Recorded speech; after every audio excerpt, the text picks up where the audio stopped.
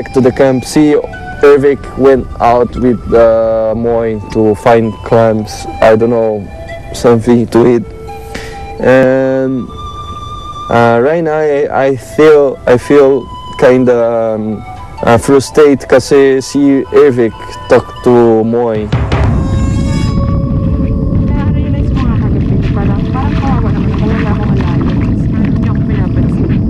Ano ka, Michelle? Ikaw ba yan? Hindi, I mean, di ba parang ikaw, si Aubrey nag-usap kayo lagi, tapos ako parang iiwan. Kahit alam mo, kasi sabihin mo sa akin na solid kayo ni Aubrey. Solid kami sa game. Kasi, syempre, yung parang, yung kagad nang nasabi ko sa kanya nung sobrang down ako, na akala ko ako, syempre, di ba, coach na babae nun sa Sarmali. Yung parang may umaaway sa akin, siya yung naging kakampi ko. So parang ako, sige, never din kita ibuboto kung ano ka, yun ako. Parang gumanon ako sa kanya, syempre. So, di ba? Sige nga, parang wala, hindi naman siguro ano. Pero sa totoong buhay, mas best friend tayo. Yes. Di ba? Sa game lang yun. Gusto ko talaga i-explain sa kanya na yung diretso na Moy, hindi mo ako maasahan na i-save ka. Kasi nakapagbigay na ako ng salita ko sa alliance ko na sa kanila ako till the end. Parang ano ako kay Mama Elgin. Parang alam yung tipo. Masyado papansin. Oo. Di ba, no? So I told my daughter that, okay, just finish until yun.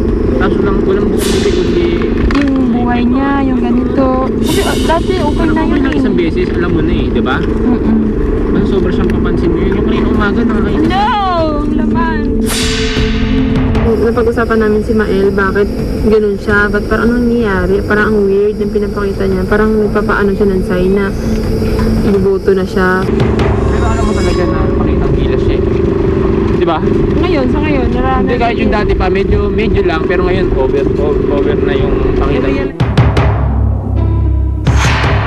Sa mga challenge, talagang si Aki yung ano eh. Aki, ikaw lang.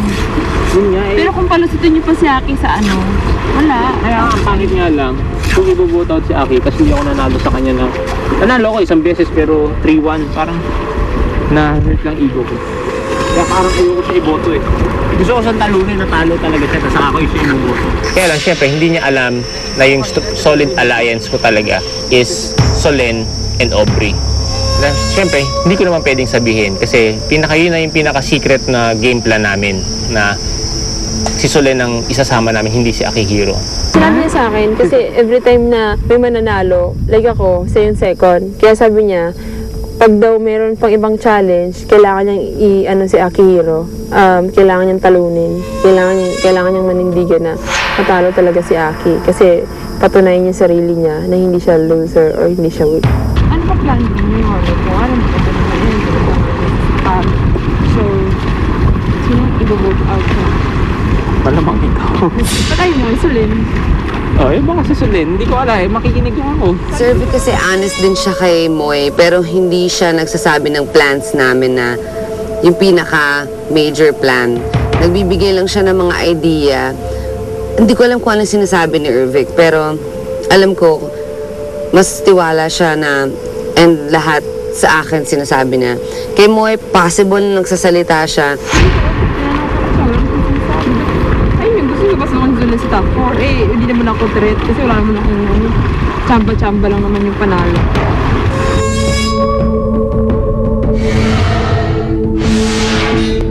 Sabi ko last Susunod sa Survivor Philippines. That's I get everybody. top 3 and before we go to try, I'll run naked. Whoa! So then, I'll run naked from the street. Okay, I'll do that also. Oh.